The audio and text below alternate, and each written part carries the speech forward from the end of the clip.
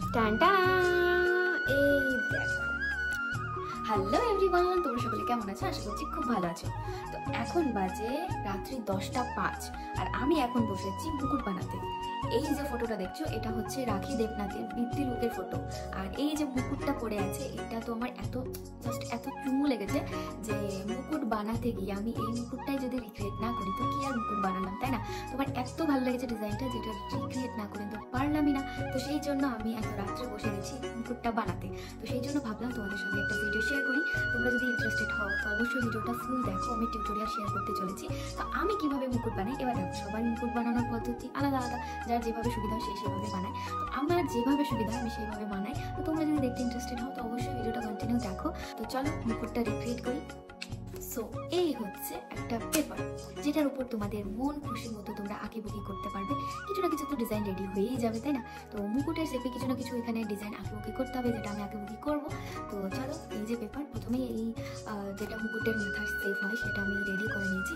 এখন এখানে আমি ডিজাইন আঁকিবুকি করবো, তোমরা দেখো। আর খুব সুন্দর হতে চলেছে।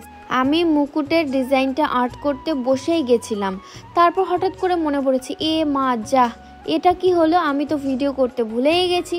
তো লাস্টের দিকে আমি ভিডিওটা অন করেছি। তো তোমরা তো দেখতেই পাচ্ছ ডিজাইনটা অলমোস্ট কমপ্লিট হয়ে গেছে, ডিজাইনটা করে নিয়েছি। তো আমার টেকনিক হলো প্রথমেই আমি পেপারটাকে ফোল্ড করে নিই যাতে বোথ সাইড সুন্দরভাবে ডিজাইনটা রেডি হয়, ছোট বড় যাতে না হয় সেই জন্য। তারপর মাথার শেপে সুন্দর একটা শেপ আর্ট করি, তারপরে ডিজাইনটা আর্ট করি, যেটা তোমরা দেখতে পাচ্ছ আমি আর্ট করেছি। তো সুন্দরভাবে আর্ট করা হয়ে গেলে তারপর আমি ওইভাবেই ফোল্ড অবস্থাতেই আমি কাট করি।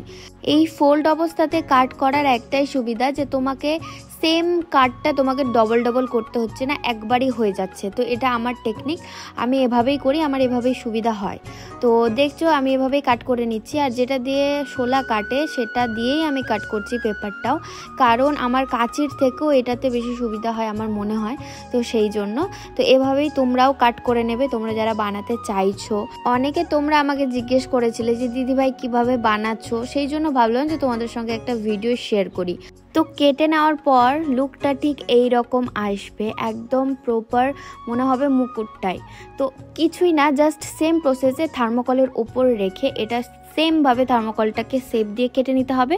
তো এই যে দেখো আমি থার্মোকলটাকে সুন্দরভাবে শেপ দিয়ে কেটে নিয়েছি। এখানে বোঝাই যাবে না যে কোনটা থার্মোকল আর কোনটা পেপার, মানে সেম সেম লাগে ডেকোরেশনের আগে অবধি আর কি। তো এটাই হচ্ছে সুন্দরভাবে মুকুট কাটার টেকনিক। তারপরে এই বক্সটা হচ্ছে আমার মুকুট রেডি করার ব্রহ্মাস্ত্র, এটা ছাড়া তো মুকুটকে মুকুট মনে হয় না। তো এই যে আমি এগুলো কতদিন ধরে কোথার থেকে খুঁজে খুঁজে এগুলো আমি মানে কালেক্ট করেছি, সব মানে যত ডেকোরেশনের আছে এগুলো জিনিস সব। তো তোমাদের যেখানে যেটা মনে হবে যে মানাচ্ছে তোমরা সেখানেই লাগিয়ে দিতে পারো, খুব সুন্দর লাগে দেখতে। তো সবগুলোই আমি এখানে আঠা দিয়ে আটকিয়ে দিচ্ছি। আর এইটার পরই মনে হয় যে না মুকুটকে মুকুট মনে হয়, মানে খালি শেপটা দিয়ে দিলেই যে ভালো লাগবে তা নয়, এখানে ডেকোরেশনটাও মেন। ডেকোরেশন ভালোভাবে যদি না করো তাহলে হাজার তুমি ভালো শেপ দাও ভালো লাগবে না মুকুটকে দেখতে। তো এটা হচ্ছে মেন। এবার চলো এখানে সুন্দরভাবে সব আঠা দিয়ে আটকিয়ে নিচ্ছি। তারপরে আসে এই সুতোগুলো। এই সুতো ছাড়া তো শেপটাই বোঝা যায় না যে কোন দিক দিয়ে লাইন গেছে, কোন দিকে গেছে, কোনটা কোনটার সঙ্গে অ্যাটাচ সেটা বোঝা যায় না। তো এই সুতোটা ওই শেপগুলো প্রপারভাবে বোঝাতে খুব সাহায্য করে। তো এই সুতো ছাড়া তোমার মানে মনেই হয় না একটা মুকুট একটা ইনকমপ্লিট থেকে যায়। তো সেই জন্য এখানে আঠা দিয়ে আবার লাগিয়ে দিচ্ছি এই সুতোগুলোকে। এই সুতোগুলো কিন্তু খুব কম্পালসারি, এই সুতোগুলো না থাকলে আমার মনে হয় শেপটা ভালোভাবে বোঝানো যায় না ক্লিয়ারলি। এই যে এইভাবে যে আমি শেপটা তৈরি করেছি এটা সুতোটা না দিলে তো বোঝা যাবে না, তাই না?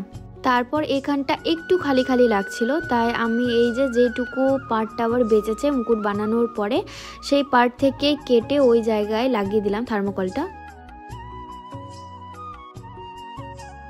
টানটা এই দেখো মুকুটটা কেমন লাগছে অবশ্যই তোমরা কমেন্টে জানিও। তোমাদেরও যদি এরকম মুকুট লাগে তো তোমরা আমাকে নির্দ্বিধায় যোগাযোগ করতে পারো, তোমাদেরকেও সুন্দর সুন্দর মুকুট আমি রেডি করে দিব।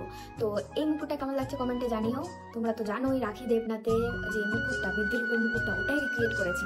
তো সেম সেম হয়েছে কিনা সেটাও জানিও। যদিও ওখানে ভালোভাবে ভিডিওতে বোঝা যাচ্ছিল না, যতটা বোঝা যাচ্ছিলো সেই রকমই সেম ডিজাইন দেওয়ার চেষ্টা করেছি, কারণ ওটারই অর্ডার এসেছে। এটা একটা অর্ডারের মুকুট যদিও। তো খুব কম সময়ে এটা বানিয়ে আমি রেডি করে দিয়েছি দিদিকে, যেহেতু এটা মানে আজকেই দরকার, সেই জন্য তো খুব তাড়াতাড়ি করে রেডি করেছি।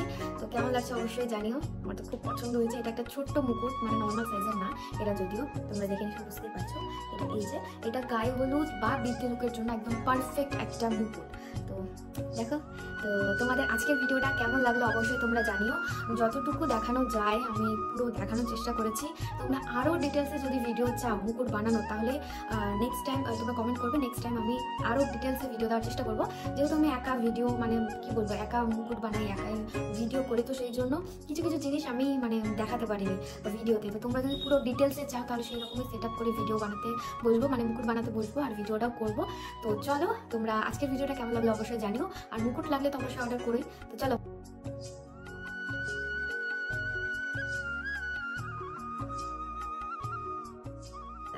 আর তোমরা অনেকে ভাবো যে মুকুট সেট হবে কিনা মাথায়, এই যে দেখো প্রপার, মানে এখানে যদি একটা ইউপিন লাগিয়ে এখানে সেট করে দেওয়া যায় তাহলে আর নড়বেও না, চড়বেও না।